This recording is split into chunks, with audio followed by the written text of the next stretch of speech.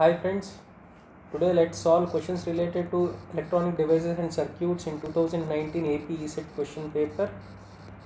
So let's go to the first question. Holes in N-type semiconductor are, holes are minority carriers. So if you remember, semiconductors, a pure semiconductor is called intrinsic semiconductor, whereas an impure semiconductor is called extrinsic. So by adding impurities in extrinsic semiconductor, you generate two types of semiconductor, N-type semiconductor and P-type semiconductor. So in case of an N-type semiconductor, majority charge carriers are electrons and minority charge carriers are holes. Whereas in a P-type semiconductor, majority charge carriers are holes and minority charge carriers are electron. Now see what is the question. N-type semiconductor, holes are minority charge carriers. This is very important. Next,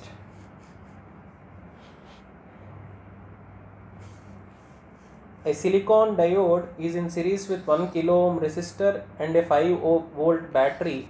Now if anode is connected to the positive battery terminal and cathode is given to a negative battery terminal, so now let's see the PN junction diode characteristics. So this is the forward bias. As voltage increases, current will be increasing like this in forward bias, whereas in reverse bias it will be going like this.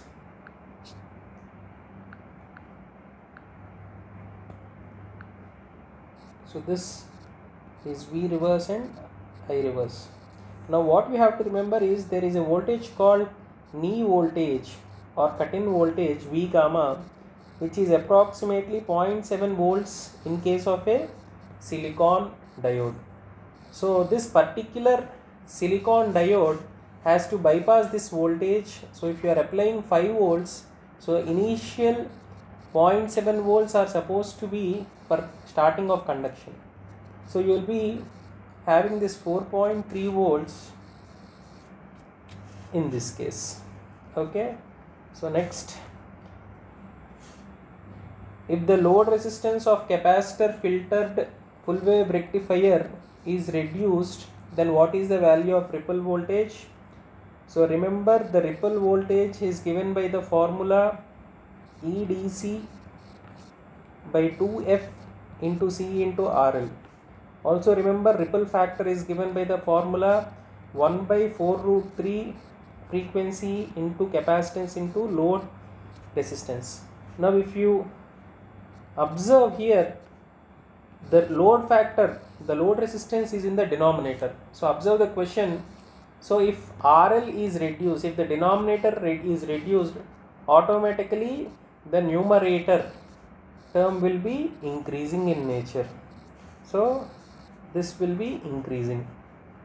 Next, for operation of an amplifier, the base of an NPN transistor must be, so remember, if you have a NPN transistor, it is supposed to be operated for an amplifier. The emitter base junction must be forward biased and the collector base junction must be reverse biased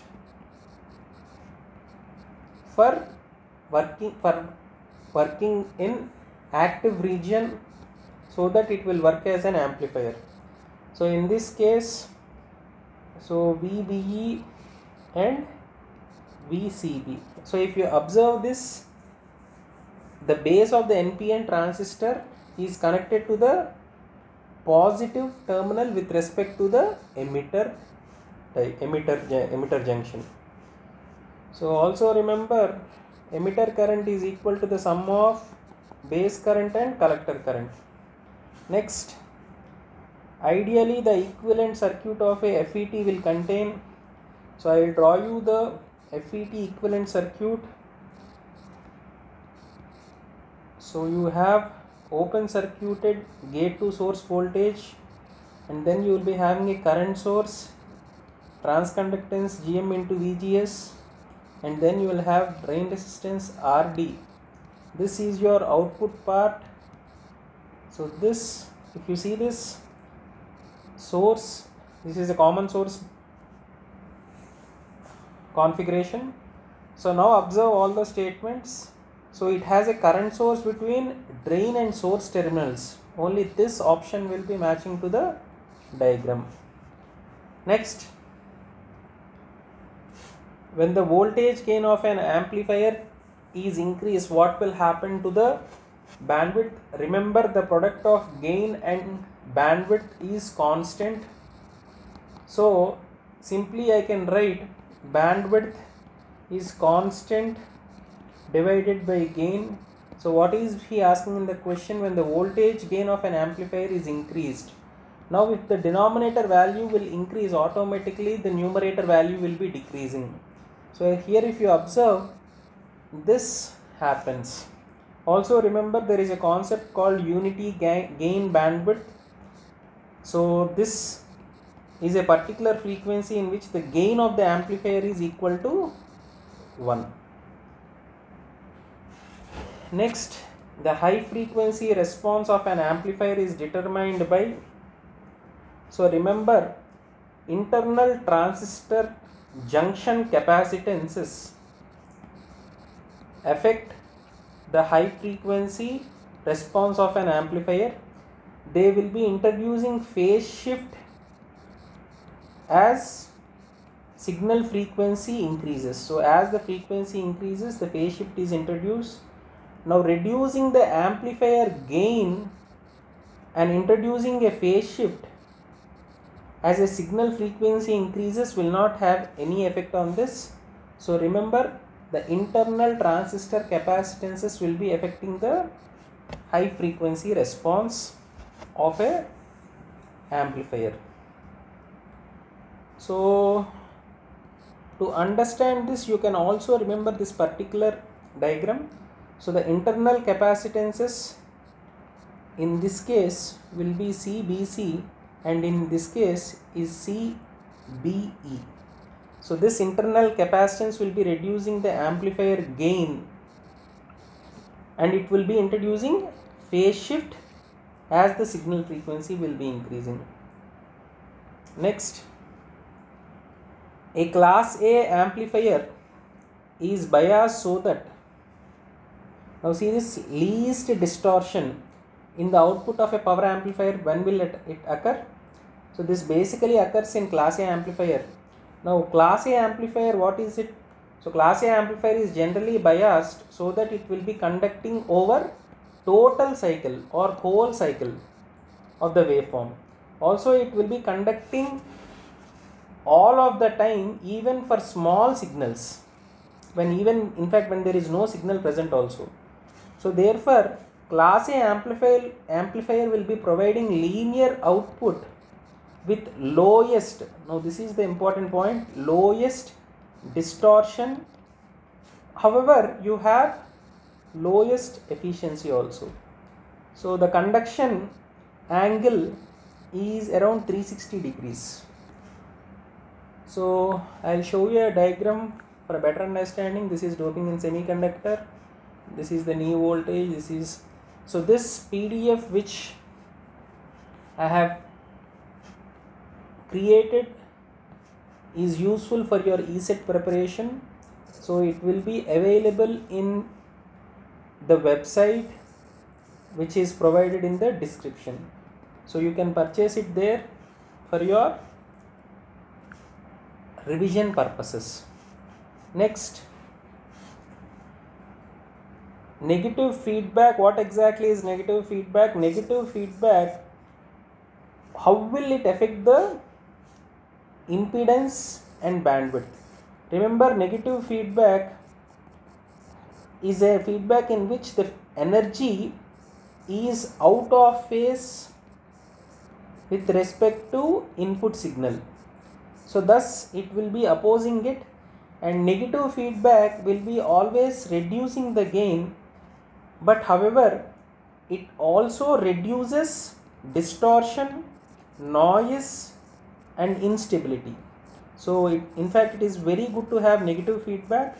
So as the feedback increases, the bandwidth will be increasing. So if you observe this option, only negative feedback will be increasing the impedance and bandwidth. So these are all also the factors which will be reduced. Next, what is Hall effect? So this is relatively a important question which you have to remember, because you get questions on it in your graduation. So Hall effect is when you place a current carrying semiconductor in a transverse magnetic field.